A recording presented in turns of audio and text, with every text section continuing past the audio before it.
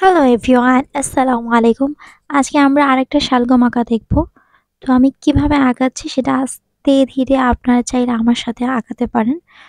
অবশ্যই একটু পজ করে নিয়ে আঁকানোর চেষ্টা করবেন। আমি স্পিডটা একটু বাড়িয়ে দিয়েছি। শালগম নিয়ে আরও একটা ভিডিও করব। যদি এটা আপনাদের পছন্দ না হয় অবশ্যই সেই ভিডিওটাও দেখবেন। আর এখানে দেখেন আমি গুড লাকের কালারগুলো ইউজ করছি। কালারগুলো একটু নষ্ট হয়ে গিয়েছে। মানে ব্লেন্ড হচ্ছে না আর কি, বাট কালার হচ্ছে। তো আমি অনেক চেষ্টা করেছি, বাট হচ্ছে না।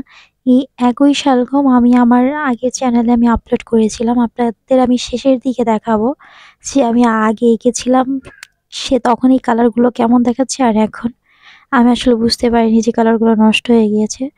যাই হোক, তো দেখেন আমি কিভাবে ব্লেন্ড করছি। আগের সাইডে একটু গাঢ় করে নিয়েছি, তারপর মিডলে একটু কালার পেন্সিলটা পাকা করে নিয়ে হালকা করার চেষ্টা করছি, কিন্তু আগের মতো হয়নি। তো আগের ছবিটা আমি আপনাদের দেখাবো। দেখতে পাচ্ছেন এটা আমার আগের ছবিটা। শেষের দিকে আমি আবার দেখাবো আপনাদের।